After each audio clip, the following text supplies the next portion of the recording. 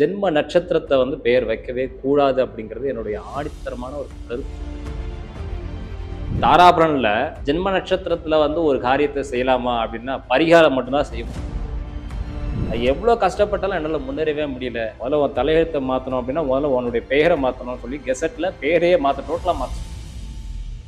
ஜென்ம நட்சத்திரத்துல பெயரை வச்சுட்டாலே நம்ம ஒரு நிலையான தன்மையில இல்லைன்னா நம்மளை சுத்தி இருக்கிறவங்களே நம்மளும் நிலையா வச்சுக்க மாட்டோம். நம்ம சுத்தி இருக்கிறவங்களே நம்மளே நிலையா பார்த்துக்க முடியாது.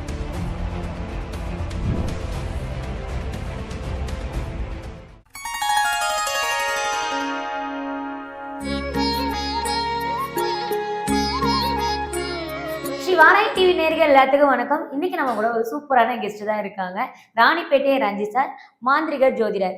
நமக்கு நிறைய டவுட் இருக்கு அவர்கிட்ட, அதை கேட்டு இன்னைக்கு தெரிஞ்சுக்க போறோம். வணக்கம் சார். வணக்கம் சார். எல்லாருமே கேட்குற ஒரு கேள்வி தான் நானும் உங்ககிட்ட கேட்கணும்னு நினச்சிட்டு வந்தேன். இந்த ஒரு குழந்தைக்கு பேர் வைக்கணும்னா நிறைய விஷயங்கள் பார்க்கறது உண்டு. முக்கியமாக எல்லாரும் சொல்றது இந்த ஜென்ம நட்சத்திரத்துல வந்து பேர் வைக்கணும், அதான் ஒரு குழந்தையோட வாழ்க்கையை மாற்றப்பலாம் சொல்றாங்க. அது வைக்கிறது நல்லதா கெட்டதா அது எங்களுக்கு தெரியாது, அது நீங்க தான் சொல்லணும். பொதுவாக வந்து இன்னைக்கு இருக்கக்கூடிய தலைமுறையில் வந்து ஜாதகத்தை வந்து அணுகுமுறையெல்லாம் வேற மாதிரி ஆயிடுச்சு. ஒரு குழந்தைக்கு பேர் வைக்கணும்னா ஒருத்தர் கால் பண்ணுறாரு, சார் எனக்கு வந்து பொன் குழந்தை பிறந்திருக்கு, அவங்களுடைய நட்சத்திரம் என்ன, ராசி என்ன, நேரம்லாம் எப்படி இருக்குது, அப்பா அம்மாவுக்கு எப்படி இருக்குது, கூட பிறந்தவங்களுக்கு எப்படி இருக்குது, ஸோ கொஞ்சம் பார்த்து சொல்ல முடியுமான்னு கேட்பாங்க. எந்த எப்படி சார் பேர், என்ன லெட்டரில் பேர் வருது அப்படிலாம் கேட்பாங்க. பொதுவாக வந்து அவங்களுடைய நட்சத்திரத்துக்கு நம்ம என்ன பேருன்றது தான் காலகாலமாக வந்து சஜஷன் பண்ணுறோம். ஆனால் ஜென்ம நட்சத்திரத்தை வந்து பெயர் வைக்கவே கூடாது அப்படிங்கிறது என்னுடைய ஆணித்தரமான ஒரு கருத்து இருக்கு. இதில் என்ன கருத்துக்கள் அப்படின்னு பார்த்தீங்கன்னா, ஜென்ம நட்சத்திரம் அப்படிங்கிறது கன்ஃபியூஸ் பண்ணும், ஒரு குழப்பத்தை கொடுக்கும். அதனாலேயே வந்து தாராபுரன்ல ஜென்ம நட்சத்திரத்துல வந்து ஒரு காரியத்தை செய்யலாமா அப்படின்னா பரிகாரம் மட்டும்தான் செய்ய முடியும். அதுல பெயரை வந்து பிராண்டா வச்சு நேம் அண்ட் ஃபேம் வாங்கவே முடியாது. அதன் அடிப்படையில வந்து எந்த மாதிரியான நட்சத்திர பெயர்கள்ல அவங்களுக்கு வைக்கலாம் அப்படின்னு பார்த்தோம்னா, ஒரு நட்சத்திரத்துல பிறக்கிறாங்க அப்படின்னா அதுக்கு அடுத்த நட்சத்திரம் சம்பத்து நட்சத்திரம்னு இருக்கு, சேமத்தாரை நட்சத்திரம் இருக்கு, சாதகத்தாரை நட்சத்திரம் இருக்கு, மைத்திரத்தாரை நட்சத்திரம் இருக்கு, அதிமைத்திரத்தாரை நட்சத்திரம். ஸோ இந்த சம்பத்து, சாதகம், சேமம், மைத்திரம், அதிமைத்திரம் இந்த நட்சத்திரத்துக்கெல்லாம் அதிபதிகள் யாரு, அந்த ஜாதகத்துல அவர் பிறந்த ஜாதகத்துல அந்த கிரகங்கள் வலிமையா இருக்குதா, திதிசூன்யம், முடக்கு, அஸ்தமனம், வக்ரம், அசுப கிரகங்களுடைய பார்வை இல்லாம ஆட்சி உச்சத்துல இருக்கான்னு பார்த்து அந்த கிரகத்தினுடைய நாம எழுத்துக்களை பேரை வச்சாங்கன்னு வச்சுக்கோங்களேன், அந்த குழந்தையுடைய வளர்ச்சி அபரிவிதமாகும். இதை தவிர்த்து நார்மலா வந்து ஜென்ம நட்சத்திரத்துல வந்து பெயரை வச்சு அவனுடைய வாழ்க்கையில வந்து நிறைய கஷ்டங்களை அனுபவிக்கிற மாதிரி இருக்கக்கூடாது. ஸோ இந்த பெயரை வைக்கிற விஷயம் அப்படிங்கிறது ரொம்பவே வந்து ஒரு பாரம்பரியமான விஷயம். முன்னொரு காலத்துல வந்து பாத்தீங்கன்னா குழந்தை பிறந்தவொடனே குலதெய்வத்தை பேரை வச்சுதான் கூப்பிடுவாங்க. கண்டிப்பா. முனீஸ்வரன். பெண் குழந்தைகளா இருந்தாக்கா ஏதாவது ஒரு தெய்வத்தினுடைய பேரை வந்து பச்சையம்மா, இந்த மாதிரி ஏதாவது ஒரு தெய்வத்தை பேரை வச்சுதான் கூப்பிடுவாங்க. என்னம்மா அவன் பேர் பச்சையம்மாவான்னு சொல்லி அந்த குழந்தை வளரும் போது கிண்டல, என்னம்மா ரொம்ப மாடர்னா இருக்கு, பச்சையம்மாவா உன் பேர், என்னப்பா ரொம்ப ஐடிஎம்ல பெரிய ஆளா வேலை செய்யற, உன் பேர் முனிசாமியா அப்படின்னு. ஸோ இதெல்லாம் வந்து அவங்களுடைய குலதெய்வத்தினுடைய பேரை வந்து அந்த காலத்துல அவங்களுடைய பெற்றவங்க வந்து வச்சிருப்பாங்க. ஆனா அந்த பேரை எப்படி அமைக்கணும் அப்படிங்கிறத வந்து இந்த காலத்துல வந்து எப்படி சொல்றோம் அப்படின்னா, தாராபுரன் அடிப்படையில சம்பத்து, சாதகம், சேமம், மைத்திரம், அதிமைத்திரம் அப்படிங்கிற அந்த நட்சத்திர கிரகங்கள் அவங்களுடைய ஜாதகத்துல வலிமையா இருக்கும் பட்சத்துல, ஆட்சி உச்சத்துல இருக்கும் பட்சத்துல அந்த கிரகங்களுடைய பெயர்கள் எடுத்து வைங்க. அது பிறகு அவங்களுடைய வாழ்க்கை தரம் ரொம்ப அற்புதமா இருக்கும். ஏன்னா என் பசங்களும் நடத்த வச்சது ரொம்ப நல்லா இருக்காங்க, நல்லா படிக்கிறாங்க, ரொம்ப நல்லா நிம்மதியா இருக்கிறாங்க. அதன் அடிப்படையில் தான் நம்ம வந்து அடுத்த ஜென்ரேஷன் நம்மளுடைய பிள்ளைகளை நம்ம வந்து இப்படித்தான் வந்து டியூன் பண்ணணும், இப்படித்தான் வளர்க்கணும் அப்படின்னா அந்த கிரகங்களே அவங்களுக்கு சப்போர்ட்டிவா இருக்கும். Okay sir. பொதுவாக இந்த ஜென்ம நட்சத்திரம் அப்படிங்கிறது சில பேர் வைக்கும் போது அவங்களுக்கு வாழ்க்கை வந்து நல்லபடியே ஜோதியா இருக்காங்கன்னே சொல்லலாம். சில பேருக்கு வந்து அதுவே ஒரு வாழ்க்கைக்கு வந்து ஏன்டா அந்த நேரத்துல பேர் வச்சீங்க அப்படின்னு சொல்ற மாதிரி இருக்கு. ஸோ நீங்க சொன்ன மாதிரி இப்படி இருக்கவங்களுக்கு தான் நடக்கும், அப்படி நடக்கா, அது வந்து மாற்றவும் முடியும் அப்படின்னு ஏதாவது வழிகள் இருக்கா சார்? நிச்சயமா இருக்குது. பெயர் மாற்றம் பண்ணிக்கலாம்.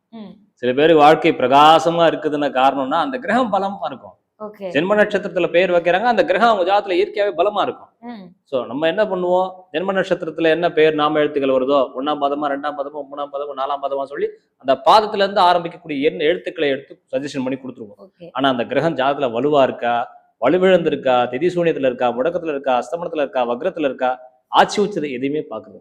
ம். ஜென்ம நட்சத்திரமா இந்த நட்சத்திரம்பா, இதான்பா பேர், உனக்கு இந்த நாம எழுத்துக்களை தான் பேர் வைக்கிறோம் சொல்லி பொதுவா சொல்லி விட்டுரும். ஆனா அந்த கிரகங்கள் அவங்க ஜாதத்துல இயற்கையா வலிமையா இருந்தா வளர்ச்சி தான். வலிமை இல்லாதவங்களுக்கெல்லாம் வந்து பாத்தீங்கன்னா ஒரு வீழ்ச்சி தான். குழப்பத்தை கொடுக்கக்கூடியது ஜென்ம நட்சத்திரமே. அதனால்தான் அவங்க வாழ்க்கைய வந்து என்ன பண்றதுனே தெரியல, ரொம்ப குழப்பமாவே இருக்குது, நான் எவ்வளவு கஷ்டப்பட்டாலும் என்னால முன்னேறவே முடியல, முதல்ல உன் தலையெழுத்தை மாத்தணும் அப்படின்னா முதல்ல உன்னுடைய பெயரை மாத்தணும்னு சொல்லி கெசட்ல பெயரையே டோட்டலா மாத்த சொல்லணும். இந்த பெயர் மாற்றமே வந்து ஒரு மனிதனை வந்து நல்ல ஒரு ஈகோ சிஸ்டத்துல இதுவும் ஒண்ணு. பெயர் மாற்றமே வந்து ஒரு மனிதரை ரொம்ப சிறப்பா செயல்பட வைக்கும். நிச்சயமா நல்ல மாற்றத்தை கொடுக்கும். Okay sir.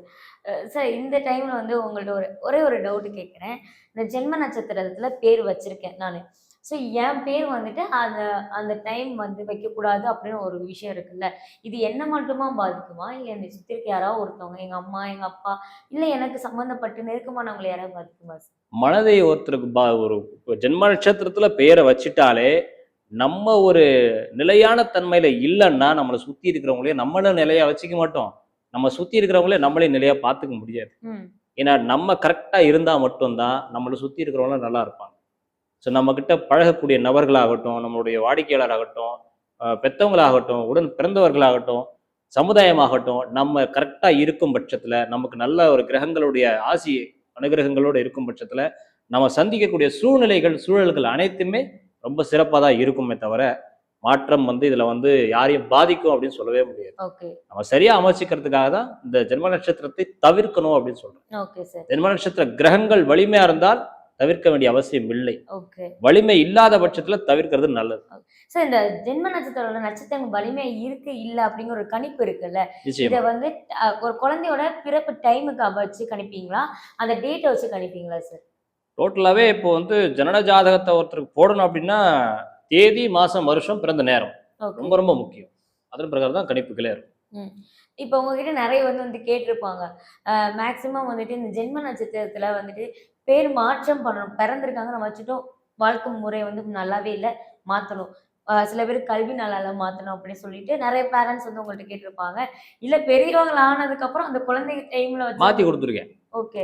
பிறப்பு ஜாதகத்துல வந்து அவங்களுடைய வாழ்க்கையில வந்து ஜென்ம நட்சத்திர அதிபதி சரியில்லைன்னு பட்சத்துல அவங்களுக்கு அவங்களுடைய பேர்ல வந்து கரெக்ஷன் பண்ணி கொடுத்துருக்கேன். பெயரை டோட்டலா மாத்த முடியாதே தவிர அதுல வந்து சம் இனிஷியல் மாற்றம் பண்றதோ இல்லைன்னா நேம் அந்த டோட்டல் கூட்டு எண்கள் சரியா வர்ற மாதிரியோ அவங்களுக்கு நிறைய பேருக்கு மாற்றம் பண்ணி கொடுத்துருக்கேன். ஓகே. பிறந்த குழந்தைக்கு என்கிட்ட வந்து எனக்கு ஒரு பேபி பார்ன் ஆயிருக்குது, ஸோ எனக்கு வந்து குழந்தைக்கு பேர் வைக்கணும்னாக்கா நான் எடுத்து பார்க்க ஃபர்ஸ்ட் அவங்களுக்கு சொல்றது புரிய வச்சிருவேன். இந்த மாதிரி சார் ஜென்ம நட்சத்திரம் இதுதான், சரி ஜென்ம நட்சத்திரத்துல பேரை வந்து வைக்கக்கூடாது, அதுக்கு பதிலாக வந்து குழந்தைக்கு வந்து ஒரு 9 நாள் 5 நாள் 9 நாள் நீங்க வந்து முதல் தண்ணி ஊத்துறீங்க அப்படின்னா உங்க குலதெய்வத்தை பேர் சொல்லி ஊத்திருங்க. குழந்தையுடைய பெயர் வந்து பார்த்தீங்கன்னா நான் என்னுடைய ஸ்ட்ராட்டஜி எப்படின்னா சம்பத்துத்தாரியோ சாதகத்தாரியோ சேமத்தாரியோ மைத்ரோ அதிமைத்ரோ அந்த கிரகங்கள் நல்லா இருக்கும் பட்சத்தில் அதன் அடிப்படையில் தான் நான் பேரை சஜஷன் பண்ணுவேன். சரிங்க சார் நீங்கள் எப்படி சொல்றீங்களோ அதே மாதிரி சரி எனக்கு புரிஞ்சிருச்சு அப்படின்னு பேரண்ட்ஸ் ஒத்துக்கின பிறகு தான் நான் அந்த விஷயத்தையே சொல்வேன். அதுக்கப்புறம் அவங்க லைஃப்ல வந்து ஒரு நிம்மதியாக வாழ்வாங்க. ஸோ பேரண்ட்ஸ் கிட்ட நம்ம முன்னாடியே சொல்லிடணும், சார் இந்த மாதிரி வைக்கக்கூடாது, வச்சிங்கன்னா இந்த மாதிரி பிரச்சனைகள்லாம் இருக்குது, ஸோ அந்த கிரகங்கள் பலவீனமாக இருக்குது, ஸோ ஜென்ம நட்சத்திரம் நீங்கள் வந்து ஃபோக்கஸ் பண்ண வேண்டாம். ஸோ ஜென்ம நட்சத்திரத்தை தவிர்த்து ஒரு ஜாதகருக்கு நட்சத்திரத்துக்கு ஜென்ம நட்சத்திரத்துக்கு எந்தெந்த நட்சத்திரத்துலாம் ஃபேவரா இருக்குதோ அந்த கிரகங்கள் ஃபேவரா இருக்கும் பட்சத்துல அந்த நட்சத்திரத்துடைய பேர்களை பரிந்துரைக்கிறது தான் ஒரு ஜோதிடருடைய கடமை. ஓகே. ஸோ அது பிரகாரம் தான் நம்ம சொல்லிட்டோம். ஓகே. இதெல்லாம் வந்து இப்போ ஒரு தவறான முறையில் பேர் வச்சுட்டாங்கனாலும் அந்த பேரை சேஞ்ச் பண்ண முடியுது, எல்லாமே ஓகே தான் சார். ஒரு குழந்தையோட ஒரு டேட்டா பொறுத்தும் சரி, ஒரு அந்த டைமை வந்து நம்மளால மாற்ற முடியாது, அது அவங்களோட இதுதான். ஸோ இந்த முறை வந்து எங்கேயாவது லேக் ஆகலை, இவங்களுக்கு இந்த பேர் வைக்கலாமா அந்த பேர் வைக்கலாமான்னு பேரண்ட்ஸுக்கே ஒரு லேக் ஆகும்ல, அந்த டைமுமே வந்து உங்களை மாதிரி ஆட்களில் வந்து கன்சல்ட் பண்ணுறது ரொம்ப தவிர்க்கிறாங்க. அப்போ அந்த குழந்தைங்களோட வாழ்க்கை எப்படி மாறும்? அதாவது முதல்ல நான் சொன்ன மாதிரி தான் மேடம், ஒருத்தர் அவங்க பேரண்ட்ஸ் வந்து நம்ம கிட்ட வந்து ஜாதகத்தை கொடுத்தாலும் சரி டேட் ஆஃப் பர்த் கொடுத்தாலும் சரி எந்த நட்சத்திர பிரகாரம் பெயர் வைக்கணுன்றதை நம்ம சஜஷன் பண்றோம். அவங்களா ஒரு பேரை வச்சுட்டு அதை வந்து அவங்க அந்த குழந்தை வளர்ந்து ஆளான பிறகு அந்த பேர் ஒரு ஜாதக ரீதியா ஒரு பிரச்சனை, ஒரு தொழில் ரீதியா, ஒரு கல்வி ரீதியா, ஏதாவது ஒரு கரியர் ரீதியா பிரச்சனை வருது அப்படின்னா, அந்த நேரத்துல அவங்க வரும்போது, பேர் சரியா வைக்கலையாப்பா அப்படின்னு நம்ம ஒரு கொஸ்டின் பண்ணும்போது அவங்களுக்கு, இல்லைங்க நாங்க ஏதோ ஒரு பேர் வச்சோம், நல்லா இருக்குன்னு வச்சுட்டோம் அப்படின்னு சொல்லி முடிவெடுப்பாங்க. பெயரை மாற்றம் பண்ணு அப்படின்னு சொல்லி மாற்றத்தை நாங்க சஜஷன் பண்றது உண்டு. Okay sir. ஸோ இந்த ஜென்ம நட்சத்திரம் அப்படிங்கிறது சில பேருக்கு நன்மையும் தருது, சில தீமையும் பேருக்கு தீமையும் தருது. ஸோ அந்த அந்த நட்சத்திரத்தை பொறுத்தும், அந்த நேரத்தை பொறுத்து தான் அவங்க பேரை வந்து வைக்கணும் வாழ்க்கை அப்படிங்கிறது. தரமே மாற்றத்தை கொடுக்கும். Okay sir. இந்த விஷயத்த எங்களுக்கு நெறைய விஷயங்கள் ஷேர் பண்ணியிருக்கீங்க. ரொம்ப நன்றி. நன்றி.